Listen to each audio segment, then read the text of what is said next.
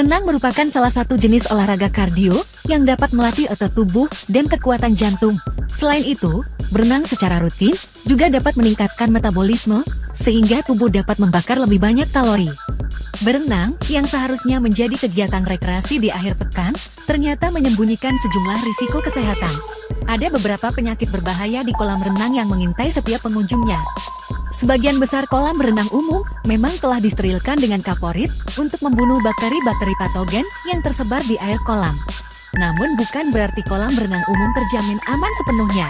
Efek desinfektan dari kaporit bisa memakan waktu cukup lama dan tidak mampu membunuh semua jenis bakteri yang ada di kolam.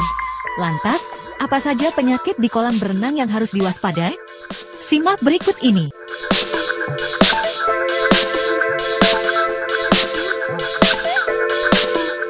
1. Diare.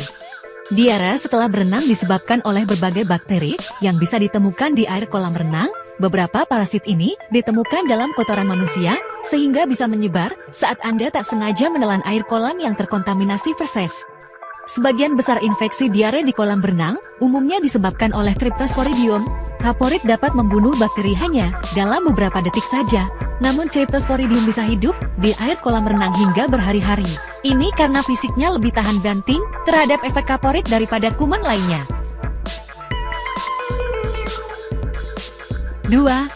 Muntaber.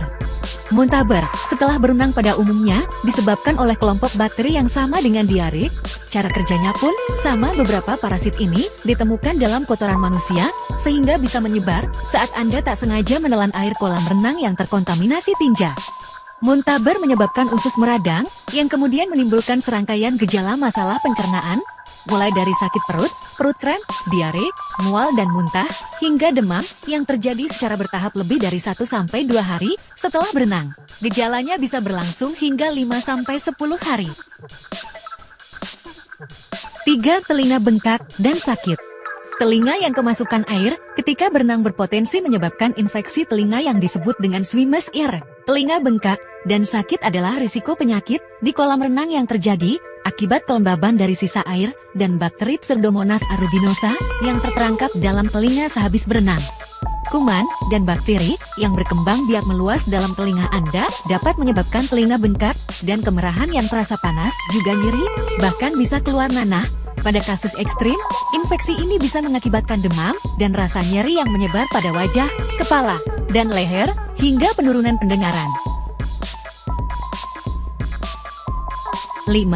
Hepatitis E. Hepatitis adalah peradangan hati yang disebabkan oleh virus, tapi sementara ada banyak tipe hepatitis, hanya ada satu yang berpotensi mencemari air kolam renang. Hepatitis A ditularkan dari satu orang ke orang lainnya lewat makanan, minuman, atau air yang terkontaminasi feses mengandung virus.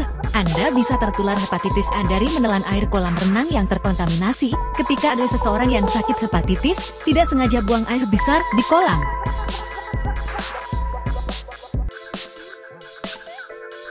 Sebelum berenang, cek dulu kolam renang Anda. Pusat Pengendalian Penyakit CDC merekomendasikan Anda untuk selalu cek dan reset kolam renang sebelum menyelam untuk memastikan keamanan dari penyakit di kolam renang. 1. Lihat airnya. Air harus terlihat bersih, dan biru sampai ke dasarnya. Anda harus bisa melihat saluran pembuangan dan garis-garis ubin di bagian bawahnya.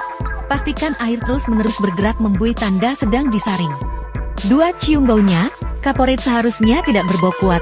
Bau kaporit yang kuat dapat menandakan adanya kloramin yang merupakan bahan kimia yang terdiri dari kaporit dicampur dengan minyak tubuh, keringat, air kencing, air liur, lation, dan kotoran. 3. Sentuh airnya. Dinding pinggiran dalam kolam harus halus, tidak licin, atau lengket. Air tidak boleh menempel di tangan Anda. 4. Jangan menelan air.